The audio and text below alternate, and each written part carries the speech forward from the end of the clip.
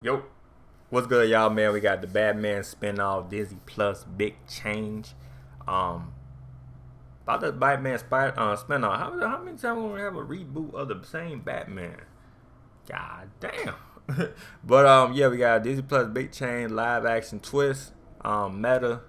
I think I heard about that. That was a game, right? Some shit and more. So yeah, leave a like, somebody's channel, and yeah, straight to the video. Let's get it. Guys, thanks so much for clicking on episode Side Flick. My name is Chris. Let's dive into some of the movie news that's been going on the past couple of days. Some of the stuff we're going to be diving into here today is Disney Plus making some big changes on their platform to allow mature content. We got some details here. Oh, okay. I mean, shit. Marvel's been doing that shit for a minute. I mean, little mature content. I mean, it's still, you still got a little Disney and magic in that bitch. But Marvel's been doing that shit a little bit. Talking about the spin-off show involving Colin Farrell's The Penguin from the Batman. Indiana Jones 5 finally wraps up. Live action Twisted Metal updates. That along with so much more. So you guys already know the drill. Leave me your thoughts down below. Timestamps in the description if you want to skip around. But I do just really want to go ahead and say thank you for putting up with my channel the past couple of days. I know it's been nothing but straight up Batman review. Yeah, I've been saying that, but hey, keep doing it though, man. Keep doing it. You know what I'm saying? Keep doing this after shit. Batman review. Heck, I still got Batman vs Superman due, so I just want to say, if you're someone who's been putting up with those constant videos popping up in your feed, you're an MVP. I hope you enjoyed this little news talk here, because I definitely wanted to talk about something. There was just not a lot going on. Still, I scrounged up to get as much stuff as we can talk about right here, so let's just dive into a little segment we call here Trailer Trash. Wait, what? What you say? As much stuff as we can talk about right here, so let's just dive into a little segment we call here Trailer Trash. As you guys know, one man's trash, another man's treasure, and we do have two trailers here. Oh, okay. It was the trailer. I'm like, the trailer ain't trash though. The trailer good. That was the best. The visuals on Mobius, man. Shit too clean, folks. Shit too clean, man. Shit too clean. You know what I'm saying? But this ain't gonna be like the final trailer. Y'all know they're gonna promote it more, make 20-second videos, or you know what I'm saying, just change the title. You know how Sony gonna do, or the other country or Sony. You know they got different pages and shit. But yeah, so this ain't really the final trailer, but that you know, have for come people out the that past couple of days that I think are interesting enough to talk about. For one, we got the final trailer for Morbius here. Man, this movie has just been delayed, and we're finally going to be getting it April 1st. Hopefully that's not an April Fool's joke. And that's what I said. That's what I said in my other video. I said, I was like, fingers crossed though, motherfucker. It's April Fool's. Don't fuck up. Don't do that fuckery now. Tight, look, don't do that fuckery, man. You know what I mean? Because April 1st, April Fools, man. They said January. They was confident. They did a trailer too on that day. I think on before the movie came out.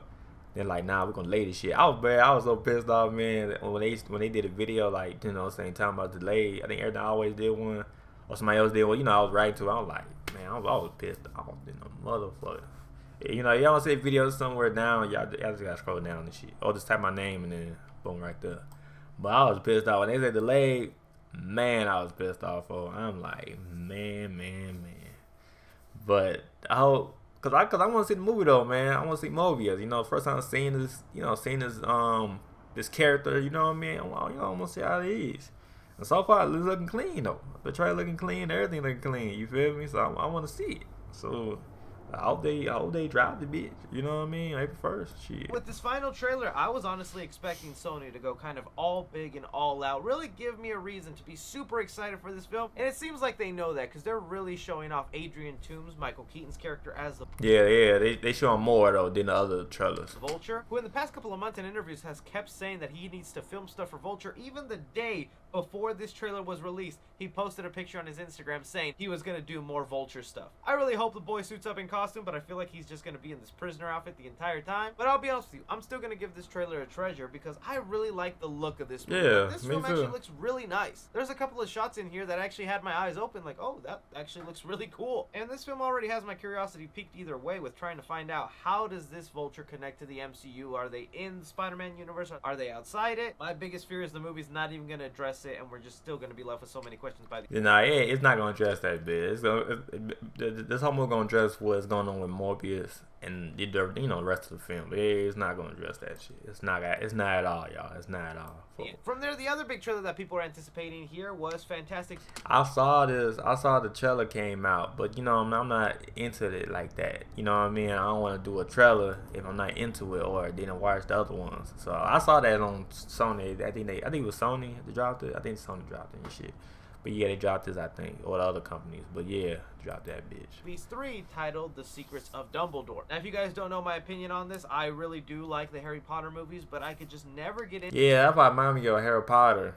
But I ain't watch it though. But it reminded me of that because they said Dumbledore and all the other shit. Into the Fantastic Beasts series the same way I do into the Harry Potter films. No pun intended, but they do just seem to lack that sort of magic and wonder that the old Harry Potter films had. And then with all the behind the scenes drama going on with this movie, I feel like Warner Brothers kind of wants to be done with this series and put Harry Potter to rest for a couple more years before they try bringing back the OGs. And with all that said, this trailer actually kind of kicked butt. It showed that this film is going to be action-packed. I don't know if they were just throwing out every single action set piece in this trailer, which wouldn't surprise me, but it feels like it's going to be... You know what I'm saying? You want to sell, your product, you got to throw the action-pack. So, yeah, of course they throw the action-pack. Of course, they want to sell your product. They want people to watch the movie.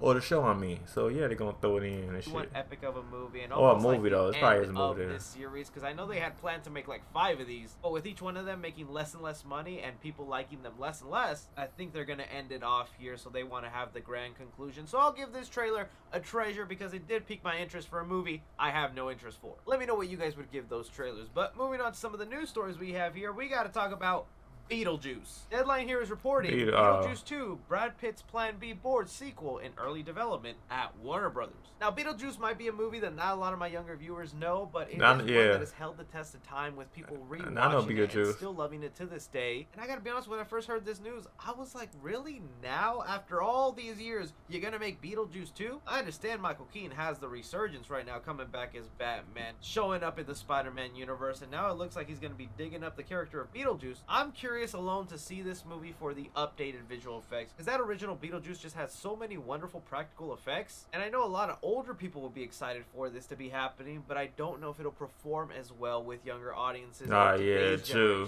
We talk about all the time how some movies go to streaming and some go to theaters. I would think this would be one that goes to HBO Max on Warner Brothers, where I think it'll definitely perform better on there instead of theaters. But that's just my opinion. I know there's diehard Beetle fans out there that are super excited for this. Let me know how you guys feel about Michael Keaton returning in the role of Beetlejuice after over 30 years. And I guess we're just rolling on with that subject of older actors returning to their livelihood here, because we have the update that Indiana Jones 5 has officially wrapped. Now, Indiana Jones is actually a franchise I love so much. Heck, I think I got my Indiana Jones. I watched some Indiana Jones. Film Degrees at Full Sail University puts the tools in your hands to develop your artistic vision and become a creative star. I always loved the Indiana Jones series, and I was so disappointed. Look, he said that's a wrap. Hey, I got the hat on this shit. With Kingdom of the Crystal Skull, along with a lot of people. But when I heard they were going to want to try and do one more of these movies with Harrison Ford minus Steven Spielberg, I was skeptical, but James Mangold at the helm, who brought us movies like Logan and Ford v Ferrari, 2 extremely well-made movies, I kind of have a lot of faith this will turn out good, but even the behind the scenes of this film was facing so much issues. Harrison Ford was getting injured on set. I heard. I'm like, damn, man, he probably gonna sue that motherfucker. Because sometimes, when actors get hurt, they be ready to sue them, because, what I'm saying, that, But damn, I hope he good, though. Like, I hope everything, what I mean. I know he probably couldn't do that no more, because, what I'm saying. I don't know, I forgot when he got hurt at, but I know he can't do that shit. But yeah, I hope he good, though, like, straight up. Had to delay production, then COVID hit. It was like this film was just never meant to happen. In fact, I think the original release date for Indiana Jones 5 was like 3 years ago. So to me, it's kind of a miracle that they finally finished this film. It's wrapped. They're going to start doing all the graphics and editing, and then it'll be ready to be released next year. And this is a nice contrast to what I was talking about with Beetlejuice. I said that's a movie that had one film in the 80s, long time ago. Indiana Jones was one that had several films films in the course of other decades. I'm going to be really curious to see how Indiana Jones 5 performs in this era, especially with comic book movies being all in the rise and action films like this not really existing. I want to throw it off to you guys. Do you think Indiana Jones 5 has the potential to do good? Not talking quality, I'm talking performance-wise with audiences today, as well as letting me know if you're excited that Indiana Jones 5 is finally finished. Moving on here to some other things that were going on in the movie space, we have here the update with the live-action Twisted Metal series. Now, Twisted Metal was one of those early PlayStation games I loved playing. Heck, I even had the PSP version, and I played the everywhere. I think I played them games, though. I ain't gonna lie. I think I did, we though. had heard there was possibly a live-action series in the works that was going to star Anthony Mackie, and now it's finally been officially confirmed. So they're gonna be a movie? You'll be able to watch this on Peacock. A quick summary of the show goes as Anthony Mackie stars as John Doe, the smart-ass milkman who talks as fast as he drives. With no memory of his past, John gets a once-in-a-lifetime opportunity to make his wish of finding community come true, but only if he can survive an onslaught of savage vehicle combat. The most interesting part about this is that it's being described as a half-hour comedy show. That kind of scares me a little bit, but maybe they can play that in the right direction. And although this is information that we've kind of heard already before and it's not all that new, it's still kind of big because that means PlayStation right now is having a real grand time. The newly found PlayStation studio just had Uncharted come out with Tom Holland, and that is making bank at the box office. So it's probably one of the reasons this Twisted Metal show is actually happening, because they have success so far. And with it being on Peacock, this could be the future of where all future Sony shows go. I can't wait to see what kind of budget they come out with, if they'll be able to spend real money on these things, because those cars are pretty expensive, especially if you're going to be blowing them up and fighting each other. Let me know how you guys feel about the live-action Twisted Metal series with Anthony Mackie,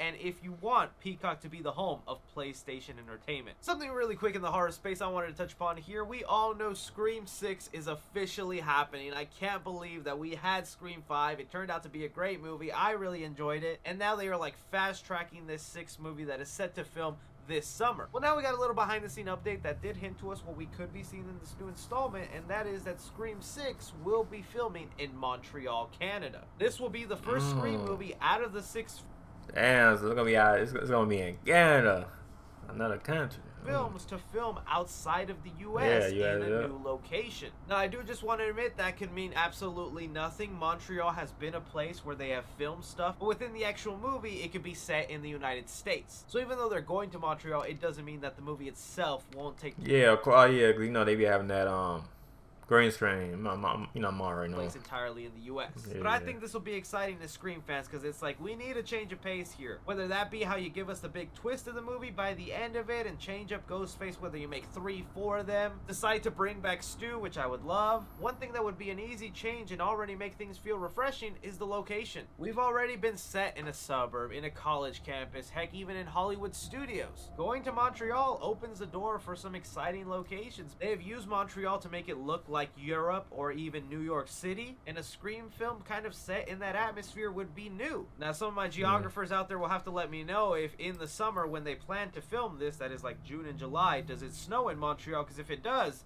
yo, I would love me a snowy Scream movie. Oh yeah, they do it up there though. They do. So again, I mean, sometimes I don't know. Sometimes they still snow. I don't know. Could mean absolutely nothing, but I think it's a big deal that it's the first Scream movie filming outside of the US. Maybe they're doing it for a reason. From there, we got a little update with the Batman Penguin spin-off series that'll be coming to HBO Max. Now, since I've already seen the Batman, I can already tell you, you're gonna love Colin Farrell's the Penguin. I'm not gonna ruin or spoil anything. Yeah, don't spoil it, DC fan. But for people worried that he wasn't gonna get his time to shine, oh, Colin Farrell shows you that he is an amazing Penguin. The boy actually is funny and comes off like a real crime boss. And funny enough, it looks like those are some of the details that have been coming out about his show. The producer of the series says here, we're doing one with Colin, seeing Oswald Cobblepot, rise to power, almost like a Scarface story. It's exciting to do something that's just as a standalone, but it speaks to the character and our movie, so that you'll go back to the movie and say, oh, I see that backstory there, that line refers to. And so with hearing that, you would think, oh, okay, so a Penguin's rise to power, we're gonna get his backstory, maybe his childhood, how he grew up, and nope, they're gonna move forward in the story. Yeah, so basically, like, you want to know about this person, you gotta go back to that movie type shit. So basically, yeah. And say here, we have to get into what made him the man he is. Also, it will pick up where this film finished off. I think it'll pick up a little short time after the last frame of this film. We'll get to go on a little kind of left turn of the world of Oz and how he's beginning to kind of dream of fulfilling a potential power vacuum that may exist. It's a lovely, lovely character and explores vulnerabilities. His violence is apparent. His propensity for violence and his ability to use it as a tool is apparent. But also to see we all have soft spots, every single person, and to be able to find that location, dig around it would be fun. I've mentioned we're in a new era here of movies now where they come out with a film and there's most likely going to be a spin-off series on a streaming service that actually connects to the world, like Peacemaker and the Suicide Squad or the Disney Plus series and the Marvel movies. But this kind of makes sense because they've already announced they're going to make the Batman 2, and I fully want to see that movie. Also, they said that they're trying to go rated R with the show, so that gives me a lot of excitement, especially when you hear Colin Farrell was trying to fight to have Penguin have his classic cigar in his mouth for this movie, and Warner Brothers said they can't do that because it risks an R rating. No problems like that on streaming service. Let me know what you guys think about a Penguin spinoff. The last big thing I wanted to talk about here is these big repercussions that'll be happening to Disney Plus. You guys might have heard the rumblings here that Netflix is about to lose those Marvel shows and they'll be leaving their platform and going to Disney Plus. This has made a lot of big changes and people wondering, wait, are they gonna keep those shows in their entirety? Because they can get pretty graphic and it doesn't seem Disney Plus friendly. On the overseas side of things, they already have a solution for that. They have a separate side of Disney Plus. They got Stars though. So Stars is now Disney Plus now. I mean, well, of course, but can we download that bitch? You know, because I don't see it on my Disney Plus. But we probably can, but I don't see it on Disney Plus though. But yeah, but I heard they got Stars though. It's called Stars, where they can put mature content. But it looks like Marvel has now found a solution because they'll be coming out with a feature that involves parental controls, so we can finally see mature content on Disney Plus. This is really huge for Disney Plus because this opens up a new era for adult content, so they can finally compete with HBO Max and Netflix. Like, those are true streaming services that can already put out family-friendly content. Mitchell's vs. the Machines, that was an amazing animated movie. HBO Max is going to come out with a CG animated Scooby-Doo movie later this year. But on the same side, they can never come out with an R-rated Penguin show or a Squid Games. Doing this parental control feature now lets them open the door for a lot more interesting things in the MCU and other Disney Plus stuff. The other exciting part about this though is when these shows finally get put on Disney Plus, if you go to the Marvel section, Disney likes to divide things up and lets you know where everything stands. It's been a long debate whether these shows are actually canon in the MCU or not. So when they hit Disney Plus, Marvel will be forced to categorize it as MCU or Marvel Legacy, the section of Disney Plus of stuff outside of the MCU. That'll finally put to rest whether we know if these shows are canon or not. So that's exciting stuff here, and that means eventually we'll see the Deadpool movies on there and whatnot. But I throw it off to you guys. How do you feel about Disney Plus opening this door for more mature content? But that I like that. You know what I mean? I don't like that PG-13. I like that rated R. I like the rated R shit. That's all the movie news we currently have going on right now, guys. I want to thank you so much for taking time out of your day to watch these videos. Don't forget to like, subscribe, follow me on Twitter at 3CFilms or on TikTok at 3CFilms. But as always, I'm Chris. Take care. But but rated R is much better though. You know what I'm saying? I like to see all that shit. You feel me? No cat. But but hey, let me know what y'all think. Let me know in the comment down below. You know what I'm saying? Just like and sub to my channel. You know what I'm saying? We in March, a new month, March 2nd. You know what I'm saying? New month, y'all. So, yeah, we're going to keep grinding with y'all, man. I know other videos. I know one day I ain't dropped nothing for all down like, God damn, but wasn't nothing to react to. We got, But I'm sorry. I'm going to keep on dropping y'all, you know what I'm saying? And yeah. So, hey, keep on supporting me, y'all. Keep liking up, sub, and yeah. All right. Peace.